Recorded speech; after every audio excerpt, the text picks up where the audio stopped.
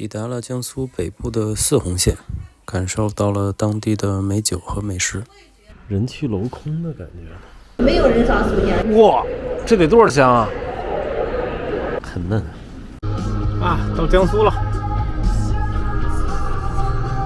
通过一条小路到的江苏，到泗洪县了，双沟镇，苏北大酒店，宿天。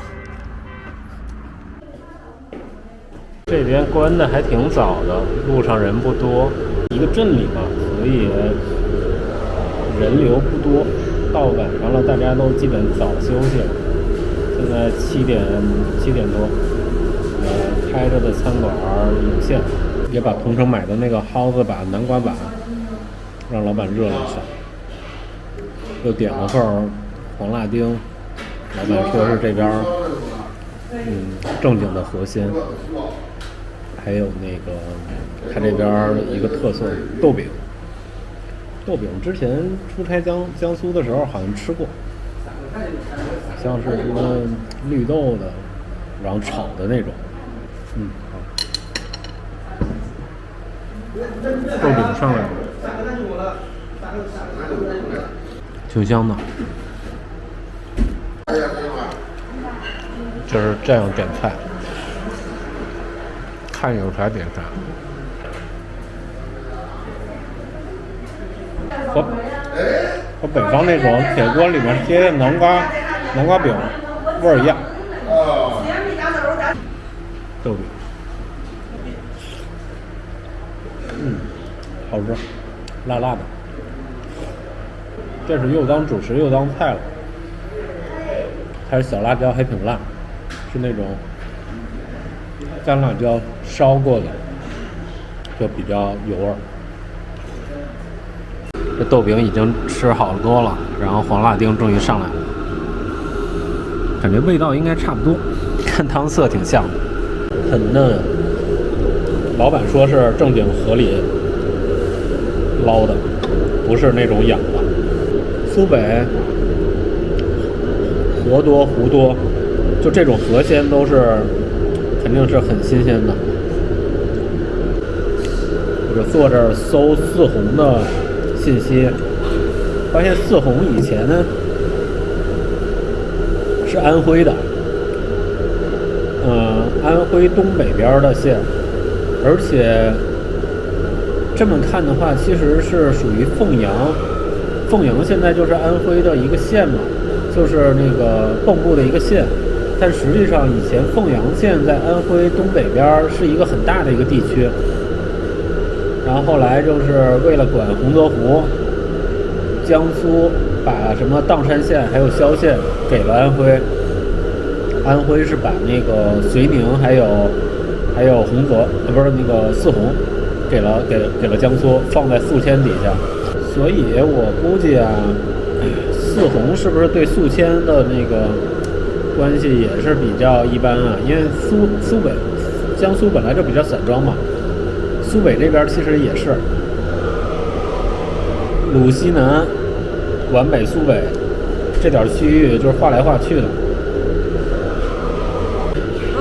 摄像机就是出来旅游录一下给那个家人看。怪高级的，我第一次看到。啊。我说你拿的是多好。挺方便的。老板娘好奇。对，所以我觉得。他们能不能看到你？啊？他们能不能看到你？这个连不了网，这个存到电脑里可以。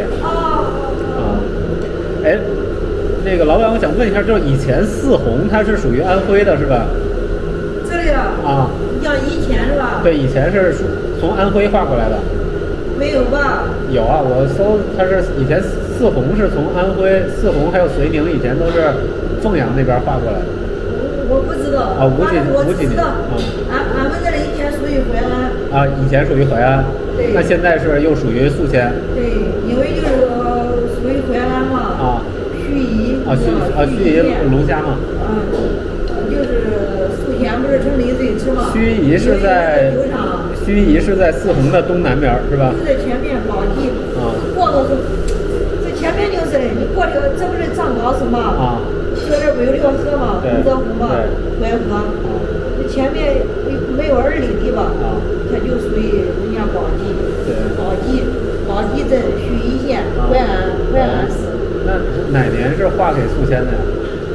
宿迁也几十年了。几十年，那比如说现在泗洪或者双沟这边，你们觉得是更偏向于淮安，还更偏向于宿迁，还是更偏向于自己一块儿？更像淮安吧。我那有时你人家都是淮安、南京，到南京自己家开车2个小时都不到，没有人上宿迁。你上宿迁，也要隔2个小时。我们都没去过宿迁。对，我感觉后来宿迁最晚的嘛，它是江苏最晚成立的市。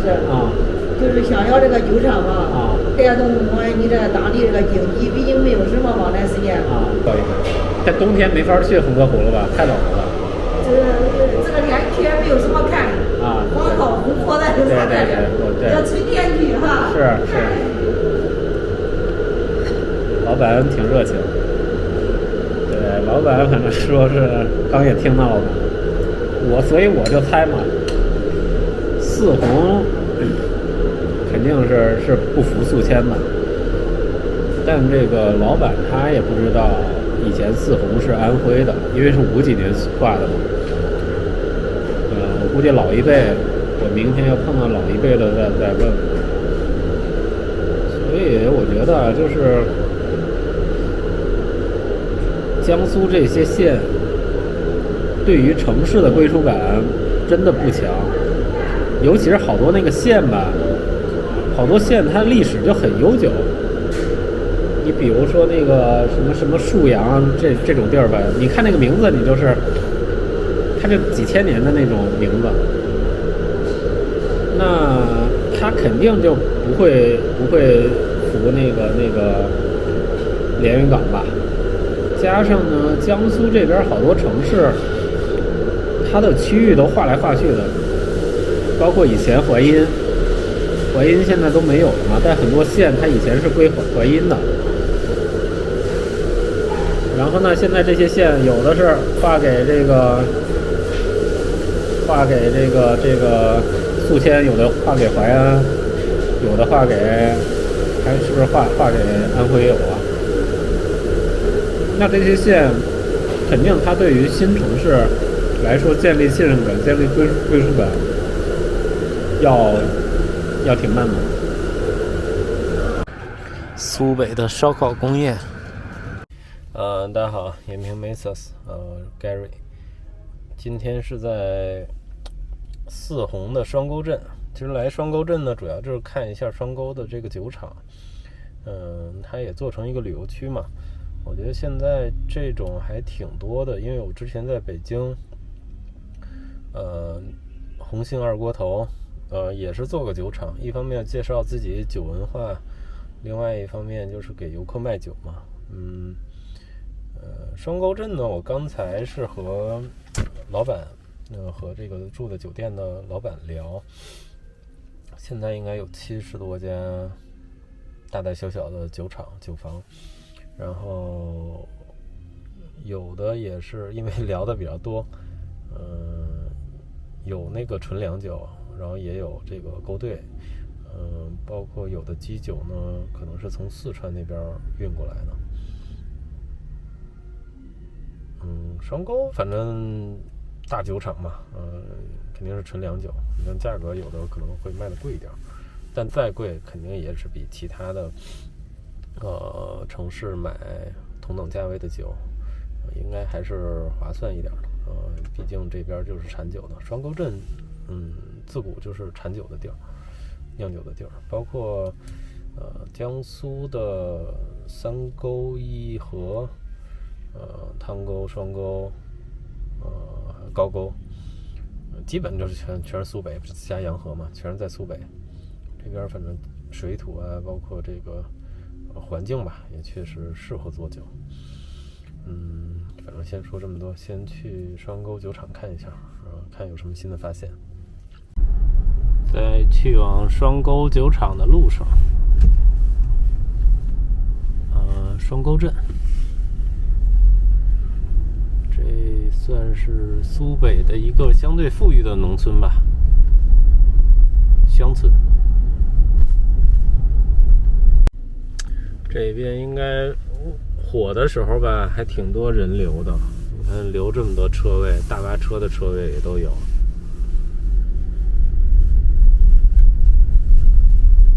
这边停起来就很随意了，正常停一个。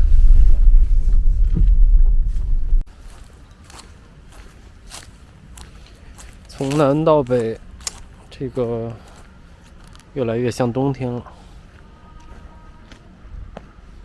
今天会有游客吗？因为今天是工作日，是不是我就是可能是唯一一个？哎呦，能进吗？双沟酒文化旅游区游客中心，希望这边门可以进啊，要不白来了。走了好久国道，费劲了。这个怎么没开呢？啊，大众点评都是开放的呀，感觉有点像人去楼空的感觉。而且大众点评上没有联系电话，也没法问。哎呦，这块有电话。你好，双沟酒文化旅游区。哎，您好，那个您今天开门了吗？我来这边，我按那个大众点评导航到这边，发现里面没人啊。您是散客们参观的吗？啊，散客，对对。对，这个我们游客中心已经搬到这个办公大楼这边了，就是游客中心的方向往西，这边有个老厂区大门口，这边有个大楼。哦，好的好的。然后进大厅右手边。哦。到这个前台来。哎，是不是就是双沟酒厂会堂那边啊？嗯，对。哦。这边一直走到底啊。然后这边有个办公大楼。哦，好的，就是双沟酒厂会堂，然后再往西是吗？对对对，这边老厂区大门口旁边有栋楼，到这边就可以看到了。行，我找一下吧。这边有种北方秋天的感觉。冬天冷的时候，江苏是很冷的，因为大学就在江苏上的，是知道啥情况。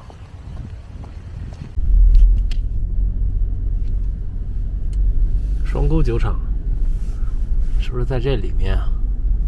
老厂区，这个就像老厂区。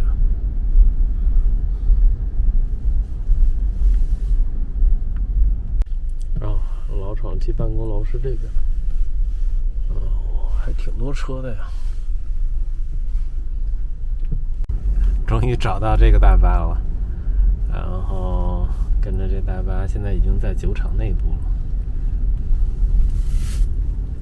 这个还真的挺大的。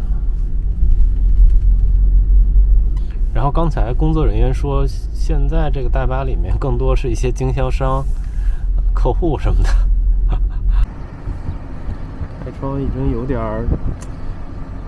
酒香飘过来，就是酒糟的味道。当时参加评选的像山西的杏花村，上面贵州的茅台。我们可以找一找我们所在的省市，有一些酿酒厂在这上面广告的。对，然后这个是酒的度数。一手拿的是豆油灯，一手拿的是看花杯，通过看花杯接酒后酒花就可以分辨酒的度数。中间。然后刚才讲解员介绍呢，就是国内55年第一次酒类评选，双沟排第一。那排名我看茅台排第10。然后刚才那个第2、3、4届双沟也都是排名比较靠前的，整体还是历史比较辉煌。这应该是经销商吧。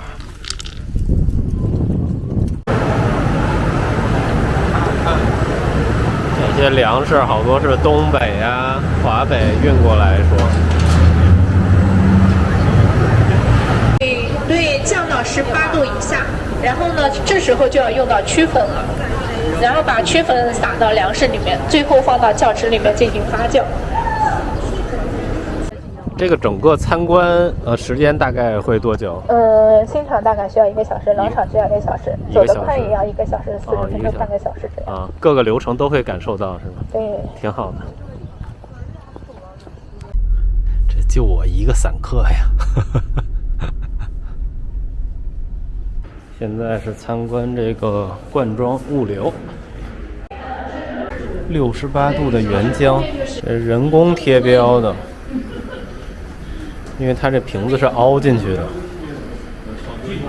双沟的几款酒，这双沟大曲应该是最开始获奖的那个酒包装成箱的过程。哇，还有机械臂，这得多少箱啊？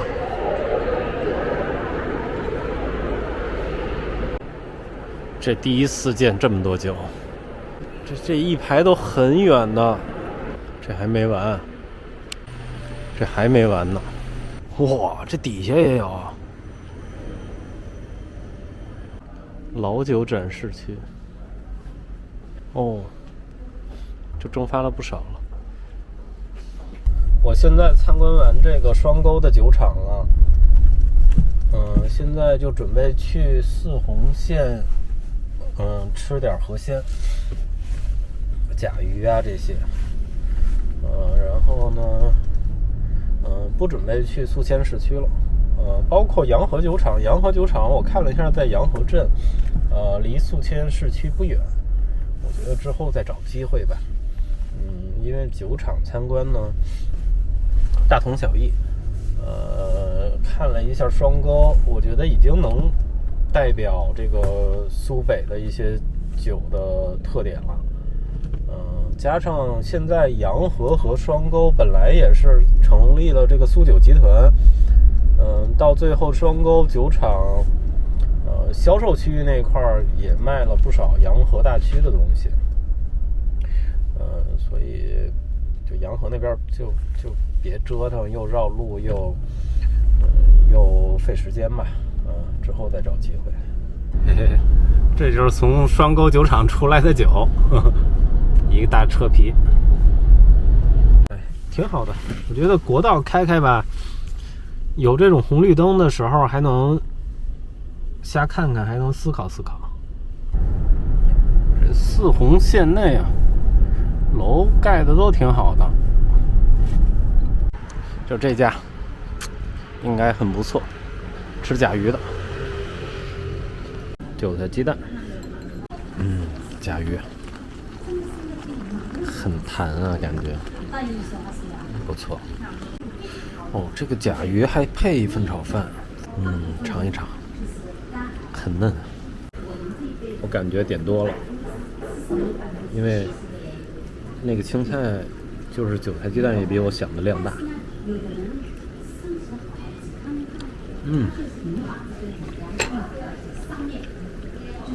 胶原蛋白。这甲鱼很神奇，它那个边儿是软的，但是甲又很硬，这个过渡的状态就是很神奇。这是饺，就是红烧的味道。炒饭不错，颗粒感很分明，然后又很软，就这么一个口感。然后又是红烧肉，就是红烧甲鱼的那个汤汁吧，炒的好吃。